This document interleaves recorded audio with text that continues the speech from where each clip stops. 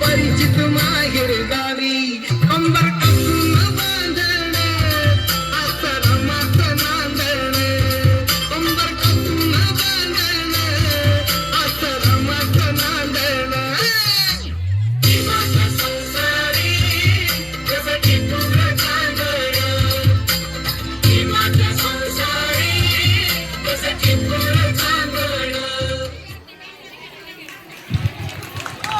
सुंदर डान्स साहेबराव रमेश आखाडे यांच्याकडून येण्यासाठी 201 रुपये आलेले धन्यवाद साहेबराव।